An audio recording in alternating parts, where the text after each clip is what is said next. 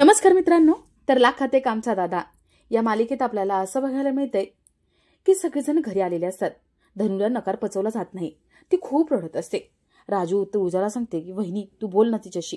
तुळजा धनुला समजावते आणि हे मनाला लावून घेऊ नको, नकार आहे आणि काही माणसं अशीच असतात असं सगळं सांगते. तुळजा म्हणते धनु तू स्वतःला ओळखतेस ना, मग या बोलण्याकडे अजिबात लक्ष द्यायचं नाही. इतकं वाईट वाटून घ्यायचं नाहीये तू. धनु म्हणते वहिनी मला खोट्या आशा दाखवू नकोस, मला माहिती मी खूप जाड आहे. इकडून पुढे कधी कधी मला स्थळ बघायला येतील ना तेव्हा हे असंच होणार आहे. अशीच बिन लग्नाची राहणार. जर लग्न झालं नाही तर या दोघींचे पण लग्न होणार नाही.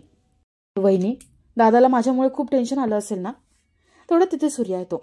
सूर्या म्हणतो हो धनु मला टेन्शन आले. काय सांगू मला किती टेन्शन आलंय ते. कसं होईल याचं टेन्शन नाही आले. मला याचं टेन्शन आले की तुझं लग्न झाल्यावरती या घरामध्ये मस्ती कोण करणार, इंग्लिश बोलून आम्हाला कोण हसवणार, असल्यावरती किचनमध्ये जाऊन चोरून कोण जेवणार. हेच हवंय दादा मला तेच हवंय असं कोण हट्ट करणार, म्हणून मला टेन्शन आले. मी आणलेलं गिफ्ट बघून हसणार कोण, ते खुश कोण होणार याचं टेन्शन आले. सूर्याने धनुसाठी झुमके आणलेले असतात. धनु ते बघते खूप खुश होते. ती म्हणते दादा. सूर्या म्हणतो तुला हेच हवं होतं ना. धनु विचारते दादा तुला कसं कळलं. सूर्या म्हणतो मला नाही कळणार तर कोणाला कळणार. तुझ्यासाठी अजून एक गिफ्ट आणलंय, पण हो एक अट आहे. धनु विचारते कोणती अट. सूर्या म्हणतो तू आता अजिबात नाराज व्हायचं नाही जे झाले त्यामुळे. धनु मी तुझं कधीच वाईट होऊ देणार नाही, अजिबात काळजी करू नको. मी तुझ्यासाठी एकदम तुझ्या मनासारखं चांगलं स्थळ घेऊन येईन. सूर्या धनुला एक गिफ्ट दाखवतो. त्यामध्ये जलेबी असते. मग ते म्हणते बाप रे जलेबी. सूर्या तिची थोडीशी मस्करी करतो आणि धनुला जलेबी खाऊ घालतो आणि सगळ्यांना जलेबी देतो. भागू आपल्याच विचारामध्ये असते. सूर्या तिच्याकडे येतो तिला जलेबी देतो, पण तिचं लक्षच नसतं. सूर्या विचारतो भागू काय झालंय, कुठे लक्ष आहे, तुला टेन्शन घेतलंय का. भागू म्हणते नाही. तर रात्री भागू आपल्या रूम मध्ये असते आणि राजू तिच्याकडे येते. राजू विचारते भागू काय झाले, तू अशी का बसलीस. ती भागूच्या अंगाला हात लावून बघते. तिला ताप आलेला असतो. राजू लगेच सूर्या आणि तुळजाला आवाज देते. ते दोघे तिथे येतात. राजू सांगते की बघ तिला ताप भरलाय. सूर्या तुळजा दोघेही तिच्या अंगाला हात लावून बघतात. सूर्या विचारतो काय करायचं तुळजा, हिला खूप ताप आलाय. तुळजा भागूला चेक करते. तिला काय होतं हे चेक करते. तुळजा लगेचच तिला औषधं लिहून देते. भागूला आराम करायला सांगतात आणि सूर्या तिच्या जवळच बसलेला असतो. तो देवाकडे भागूसाठी प्रार्थना करतो. तिला लवकर बरं वाटावं म्हणून प्रार्थना करतो. तिथे रुमाल आणि पाणी घेऊन येते. तुळजा सूर्याला सांगते की तिच्या डोक्यावरती पट्ट्या ठेव. दोघेही तिची खूप काळजी घेतात. भागूला रात्री स्वप्न पडतं. त्यात सूर्या आणि एक माणूस बोलत असतात. एक माणूस म्हणतो तुळजा अरे खूप चपला झिजवल्या. तुझी आई तशी पळून गेली आणि तुझ्या बहिणीने काय केलं तुला माहितीच आहे ना. अरे तुझ्या बहिणींचं नाव घेतलं ना की तरी दारातून हाकलून लावतात. तुला माहितीये ना, अरे बाईची इज्जत काचेचं भांड्यासारखी असते, तिला जपावं लागतं. त्यामुळे तुझ्या बहिणींचे तर काही लग्न होणार नाही, ते आयुष्यभर तसेच राहतील. तुला स्वप्न पडतं की ती घराच्या मधोमध उभी आहे आणि तिला धनु ओरडते. ती म्हणते काय केलंस हे तू, तुझ्यामुळे आज माझं लग्न मोडलंय, आमची बदनामी झाली, फक्त तुझ्यामुळे झालंय हे सगळं. ते छान स्वप्न रंगवली होती मी माझ्या लग्नाची, पण ती सगळी स्वप्न तुटली. का, कुणामुळे, तुझ्यामुळे तुटली. घाणेरड्या कर्माची फळं मला भोगावी लागतात. काळजी घ्यायला काय झालं होतं. भागू म्हणते धनु दीदी मी काहीच नाही केलं, माझ्या यात काहीच चूक नाहीये. म्हणते तू काही केलं नाहीये, तूच सगळं केले, तुझ्यामुळे माझं आयुष्य बर्बाद झाले. तर थोड्या वेळाने सूर्या तिला बाहेर दिसतो आणि राजच्या डोक्यावरती भला मोठा दगड तो फेकणार असतो. त्याची भीक मागत असतो आणि भाग्याला सांगत असतो भागे तू तरी सांग ना, तू तरी बोल ना. दादा त्याला मारून टाकतो. पोलीस दादाला पकडून घेऊन जातात. हे सगळं स्वप्न भागूला पडतं. भागू खूप घाबरते आणि झोपेतून दचकून उठते. तिला घाम फुटलेला असतो आणि थरथर कापत असते. भागू म्हणते दादा मी तुमची गुन्हेगार आहे, माझ्यामुळे या घराची इज्जत जाणार आहे.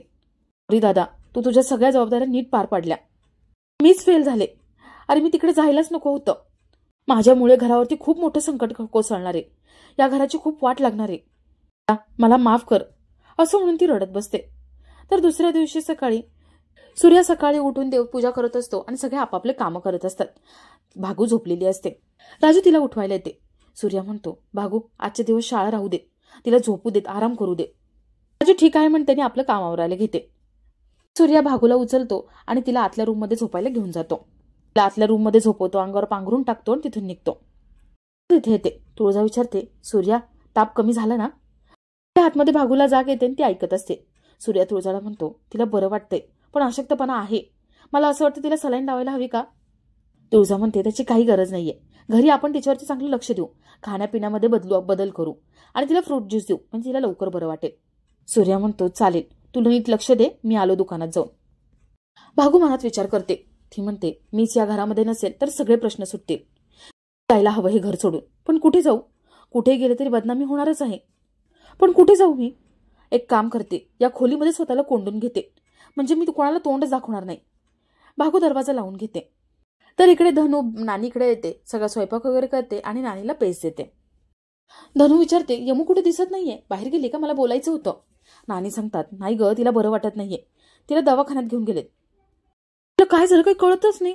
तिला आम्ही विचारतो काय होतोय, गप्प गप्प शांत आहे, ताप काढलाय तिने, पण ती काही सांगतच नाहीये. दवाखान्यात जायला पण नको म्हणत होती. धनू म्हणते हो, आमच्या घरी पण हेच चालू आहे. भागूला आम्ही किती विचारतो काय झाले, पण ती कोणाची काही बोलतच नाहीये. काल तर तिला ताप भरला होता, तिला बरंच वाटत नव्हतं. पण काय झालं असेल या दोघींना? त्या दोघी विचार करायला लागतात. तुळजा भागूसाठी ज्यूस घेऊन येते. ते आतमध्ये जाणार तर बघते दरवाजाला लॉक असतं. तुळजा भागूला आवाज देते आणि दरवाजा उघडायला सांगते. दरवाजा उघडायला तयारच नसते आणि ती काहीच बोलत नाही, रडत बसलेली असते. तुळजा मोठमोठ्याने आवाज देते, पण भागू काही दरवाजा उघडत नाही. तुळजाला खूप टेन्शन येतं. तुळजा विचार करते, तिला वाटतं की भागूला चक्कर आली असेल, म्हणून ती दरवाजा मोठमोठ्याने ठोकवते आणि आवाज देते. राजू तिथे येते. राजू विचारते काय झाले? तुळजा सांगते ती बघ दरवाजाच उघडत नाहीये. तिला आवाज देतात, पण ती काय दरवाजा उघडत नाही. तुळजा लगेचच सूर्याला फोन लावते. सूर्याला सगळं सांगते आणि सूर्या लगेच घाईघाईने तिथून निघतो. राजू तुळजा दोघेही दरवाजा ठोकत असतात, पण ती काय दरवाजा उघडत नाही. राजू म्हणते भागू कालपासून नीट वागत नव्हती, काहीतरी बिनसलं तिचं, विचित्र वागत होती ती. भागूने जीवाचं बरं वाईट करून घेतलं नसेल ना? तुळजा म्हणते नाही, असं काही विचार करू नको, आपण बघू, आवाज देऊ. त्या दोघी पुन्हा आवाज देतात आणि तिथे सूर्या येतो. सूर्या आवाज देतो, भागूला दरवाजा उघडायला सांगतो. भागू दरवाजा उघडत नाही, म्हणून सूर्या दरवाजा तोडून टाकतो. सूर्या, तुळजा, राजू सगळेजण आतमध्ये येतात. ते भागूला बघतात. भागू जमिनीवरती बसलेली असते आणि रडत असते. सूर्या तुळजा तिच्या जवळ बसतात आणि तिला विचारतात काय झाले, काय रडतीयेस? तिला म्हणते भागू काय झाले तुला? अगं तू काही बोलली नाहीस तर आम्हाला कसं समजणार? प्रॉब्लेम आहे का? बोल ना बाळा, काय झाले? सगळे तिला विचारतात काय टेन्शन आहे सांग, कालपासून शांत आहेस तू, पण भागू काही बोलत नाही. सूर्या विचारतो भागू काय झाले, कोणी काही त्रास देते का तुला? शाळेमध्ये कोणी काही बोललंय का? पासून काही का लपवतेस? तू सगळं सांग मला, मी तुला काहीही बोलणार नाही. तुझा दादावर विश्वास आहे ना? मग सगळं सांग काय झाले ते. भागू सगळं सांगते. पुण्याला गेले तेव्हा काय झालं, इथे आल्यानंतर काय काय झालं हे सगळं सांगते. भागू सगळं सांगते आणि त्यामुळे सगळे एकदम आश्चर्यचकित होऊन तिच्याकडे बघायला लागतात. सगळ्यांना खूप मोठा धक्का बसलेला असतो, खूप भडकलेला असतो आणि आपला आजचा हा भाग इथेच संपतो.